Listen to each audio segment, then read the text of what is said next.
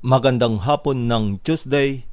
Welcome sa Lotto Result Today PH. Narito ang mga resulta para sa 2 p.m. draw, May 5, 2026. Para sa resulta ng 2D Lotto, 11 at 3.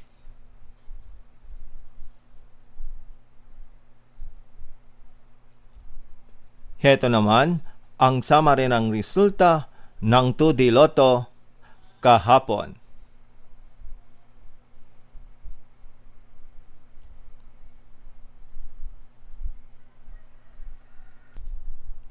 Para sa resulta ng 3D Lotto, 1, 6 at 7.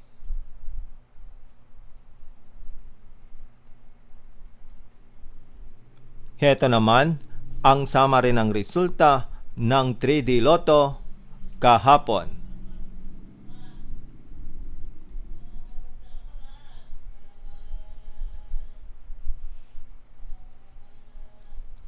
At yan ang mga resultang ngayong 2 p.m. draw. Para lagi kang updated sa mga Lotto draw result, mag-like and subscribe. Maraming salamat sa panonood.